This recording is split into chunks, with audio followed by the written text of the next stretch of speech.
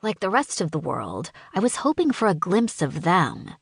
Houston Morrow, Lauren James, and Jericho Noble. The remaining members of Bound. Most celebrities would have tweeted how sad they were by now. In the age of social media, you weren't angry or grieving unless you posted about it online. Our instincts dictated we run to strangers on the internet the moment we experience pain, to tell the world how deeply gutted we are over the loss of our loved ones. As if the multitude of absent-minded apologies and offers of prayers would actually mend the rip. Calvin Everill's bandmates, on the other hand, had no comment. Not a single goddamn word. And so, the world forgot their grief for intrigue. Just like that. The once adoring fans' favorite target of the three was Bound's frontman and lead vocalist. The latest asinine theory was that Houston Morrow murdered his guitarist. Even I had to admit that it wasn't entirely baseless. Morrow and Everil had kept the voracious blogs busy for the past year with their open hatred for one another.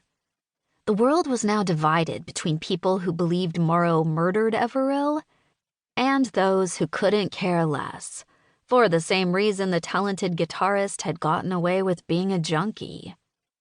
Houston Morrow was revered. Even more so than Calvin. While the guitarist had been on the road to legendary, Houston had already blazed that trail. A clip of the band's last performance together flashed across the screen as they played one of their biggest hits, Fatal Fever. Hearing the lyrics, I was more anxious than ever.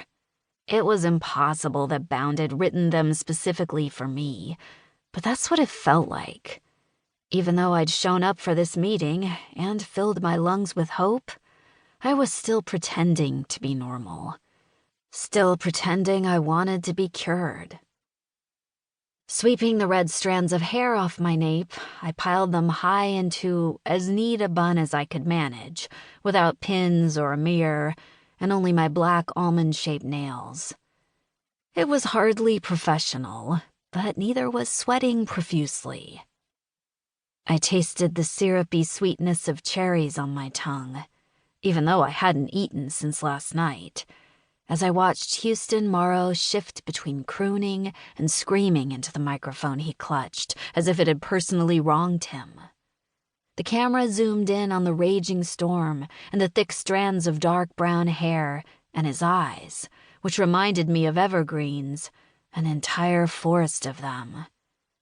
Each droplet of his sweat seemed perfectly timed with the arousal pooling between my thighs. I didn't bother pressing them together. I already knew it wouldn't help.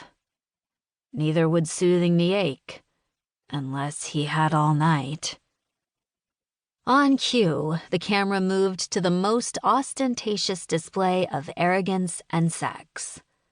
Lauren James stood on the stage behind Morrow, but he performed as if he were front and center.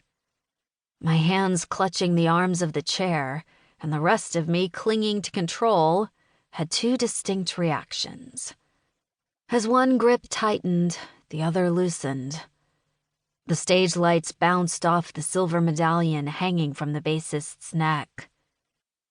The chain swayed over pectorals exposed underneath his unbuttoned black shirt, while the glinting metal of the trinket called attention to his nipples.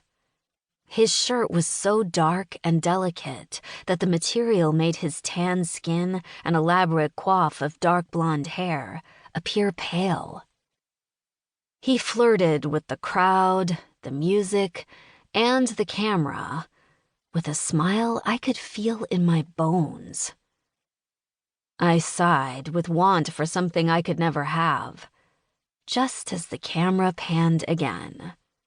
Furthest from the front of the stage, but still somehow a relentless beacon, sat Jericho Noble, the true heart of Bound. He drove the beat and tempo that kept the crowd on their feet and their hands in the air as he hammered the drum kit and kept time. He always looked as if he'd been